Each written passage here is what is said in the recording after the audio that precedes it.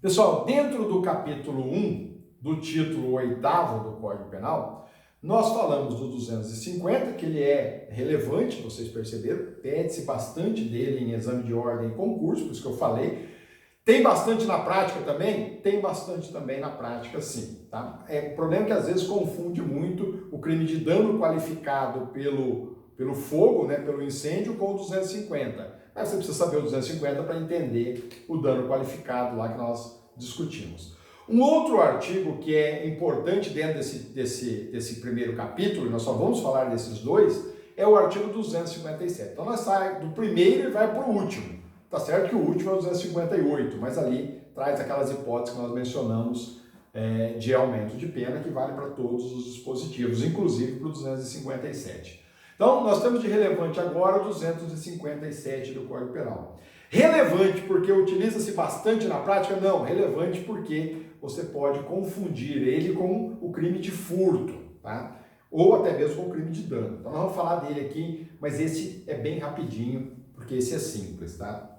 O 250 trata do crime de subtração, ocultação ou inutilização de material de salvamento, tá? Então, ele está relacionado agora a essa questão de salvamento de pessoas, tá? Então, o 257, o legislador vai lá e diz o seguinte, que seria crime, ou é crime, ele descreve a conduta, né, de subtrair, mesmo elemento objetivo lá do artigo 155 do Código Penal. Subtrair, ocultar ou inutilizar. E aí, na segunda parte dele, ele menciona outros núcleos do tipo impedir ou dificultar. Vamos entender isso. Ele diz lá, subtrair, ocultar ou inutilizar, e aí é que vem o elemento normativo que você precisa tomar cuidado. Por ocasião, atentem-se a isso, por ocasião de incêndio, inundação, naufrágio ou qualquer outro aí, desastre ou calamidade. Então veja, incêndio, inundação, naufrágio, né, ou qualquer outro tipo de desastre ou calamidade são sempre situações que colocam em perigo grande quantidade de pessoas ou de bens patrimoniais. Tá? Então não deixa dúvida que ele está dentro do crime de perigo comum. Tá? E qual é o objeto material que o legislador indica? De você subtrair, ocultar ou inutilizar. Tá? E aí ele vai lá e menciona, o legislador vai lá e diz, aparelho, material ou qualquer outro meio destinado a serviço de combate ao perigo. Por quê? Porque o incêndio, a inundação, o naufrágio, o desastre ou qualquer outra calamidade é, sem dúvida nenhuma, uma situação considerada aí de risco, de perigo. Tá? E a pena é de reclusão de 2 a 5 anos e multa. Qual é o objeto jurídico aí do 257 do Código Penal? É a incolumidade pública, como em todos os crimes dentro deste capítulo. Vamos analisar a ação nuclear aí, o elemento objetivo do tipo, ou seja, o subtrair, o ocultar e o inutilizar. O que significa subtrair? Tem a mesma finalidade, pessoal, que vocês viram lá no artigo 155 do Código Penal. Subtrair nada mais é do que retirar, tirar o bem do local em que ele se encontra. Ou seja, subtrair é apoderar-se do bem. Qual é o bem aqui mencionado? Aparelho, material ou qualquer meio destinado ao serviço de combate ao perigo, tá? Então, se o indivíduo subtrair qualquer um desses equipamentos, haverá o crime se a conduta dele foi por ocasião de incêndio, inundação, naufrágio ou outro desastre ou calamidade. Além do verbo da ação nuclear, subtrair, o legislador menciona ainda o ocultar, que é isso mesmo. Ocultar é esconder, é encobrir.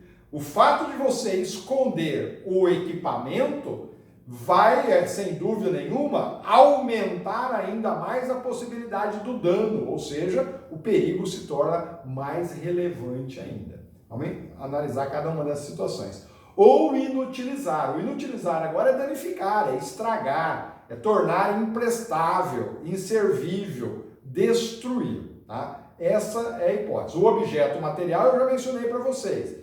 A conduta ela é voltada para o aparelho, tá? O material ou qualquer outro meio destinado a serviço de combate.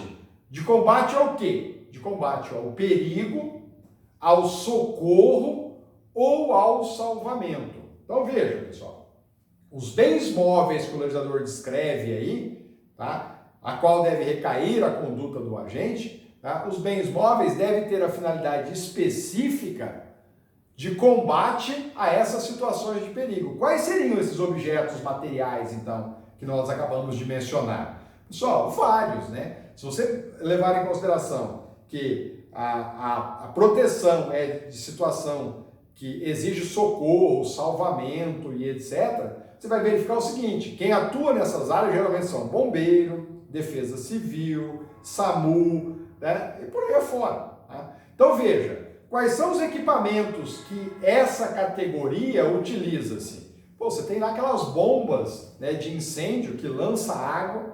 Então, se o indivíduo subtrair uma bomba daquela, por ocasião de um incêndio, não vai ter como lançar a água. Tá? Então veja, o alarme, tá? Até aquele alarme veicular, sonoro, tá? Para abrir caminho para chegar logo ao local, é um objeto material. Se você subtrair aquilo, não tem como alertar a população que é uma situação de perigo, precisa trafegar com velocidade. Os extintores é um objeto material.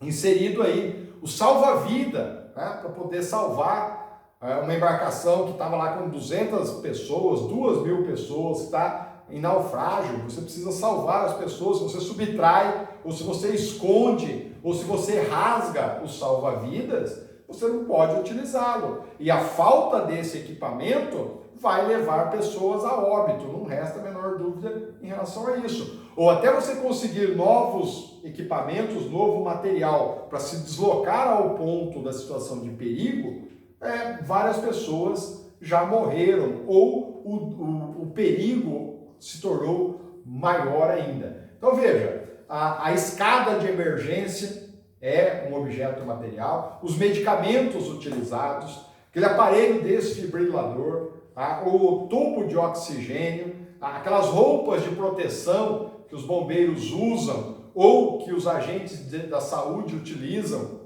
para socorrer as pessoas que se envolvem aí em situações de acidente, de calamidade, de inundação e etc.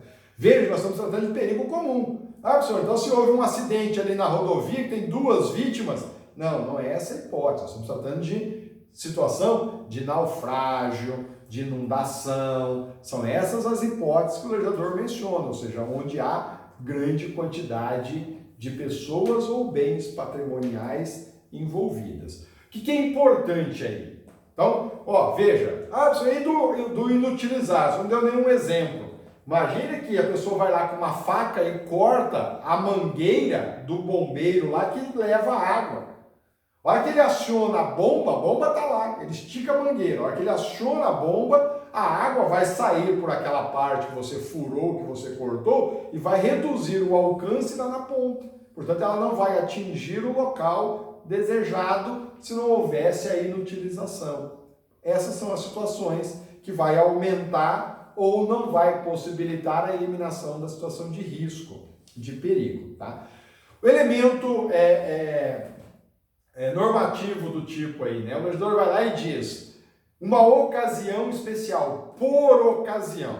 Né? Então veja, o delito só tem lugar se praticado durante a ocorrência, por ocasião de incêndio, inundação, naufrágio ou outro desastre ou calamidade pública.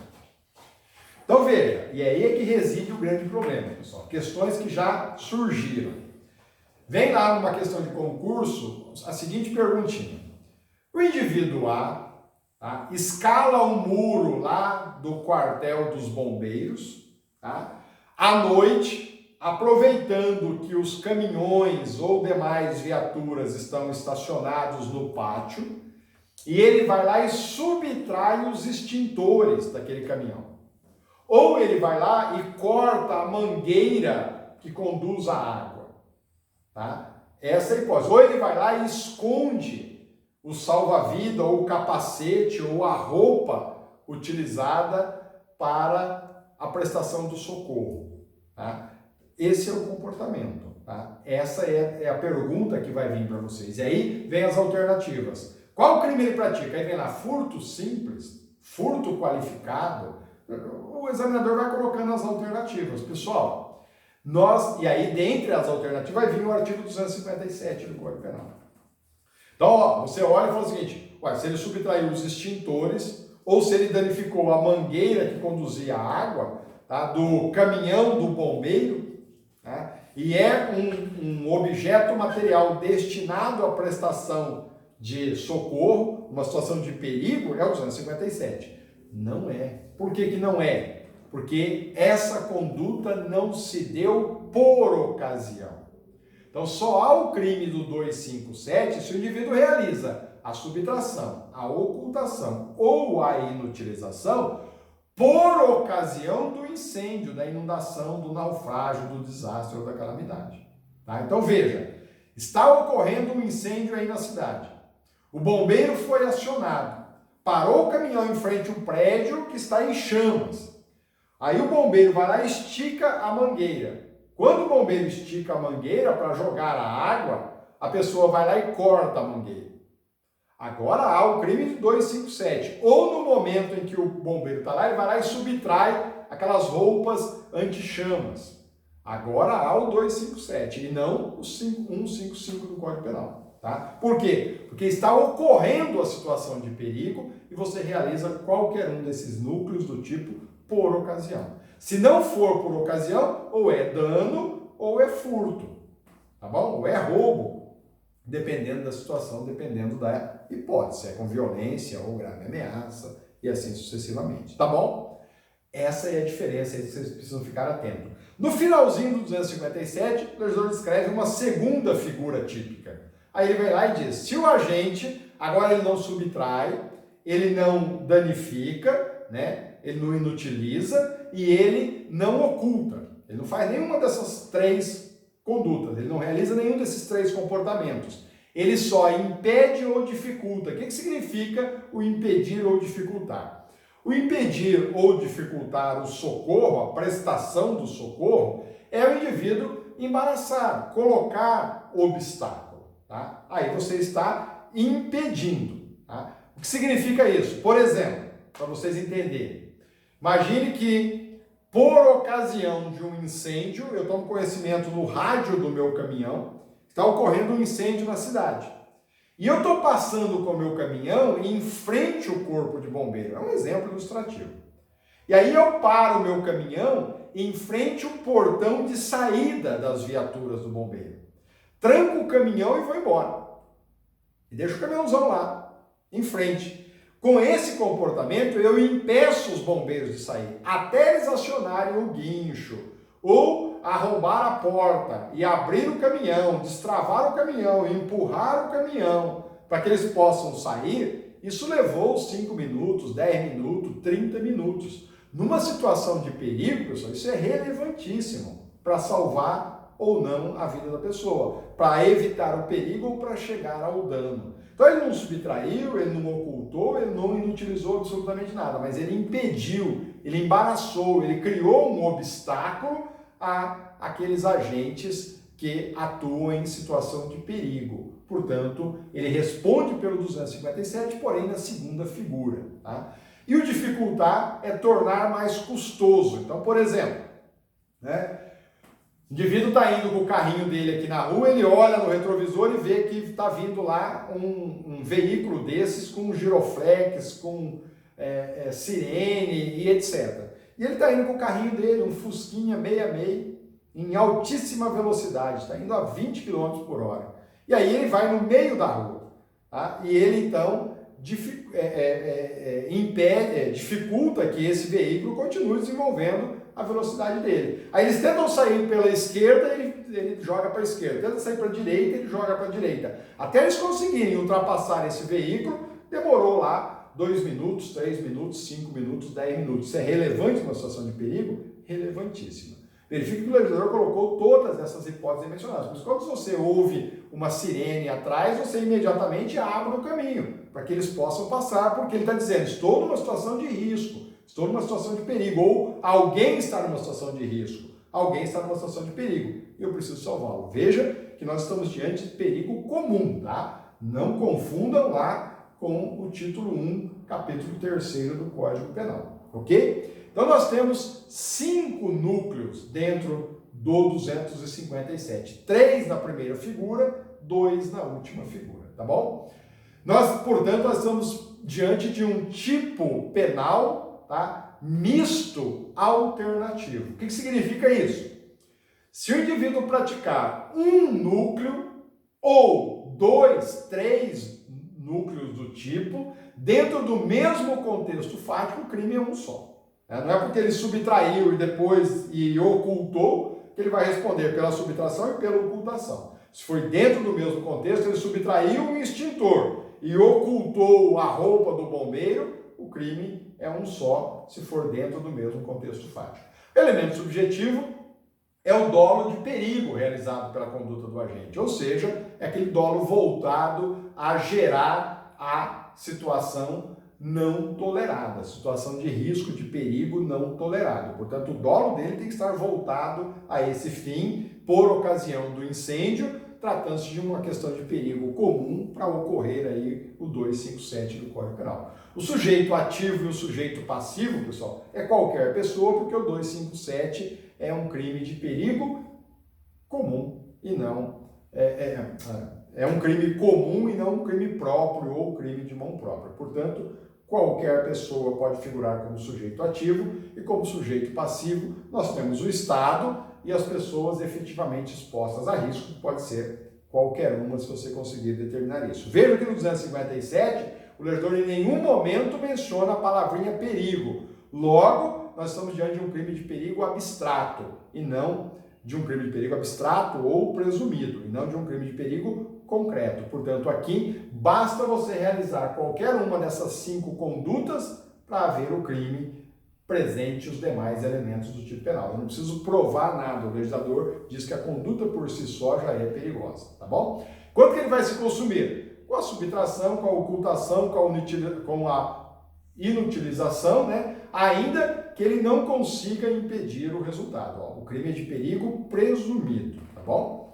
E na segunda modalidade, ele se consuma com a conduta de dificultar ou de impedir o socorro. Portanto, ainda que haja um socorro, basta ele ter realizado a conduta. E a tentativa é perfeitamente possível, tá? E aplica-se ao 257 as mesmas condições que nós analisamos no 258, quando do artigo 250. Portanto, 258 nós já comentamos, tá bom? O 257, assim como o 250, é crime de ação penal pública incondicionada.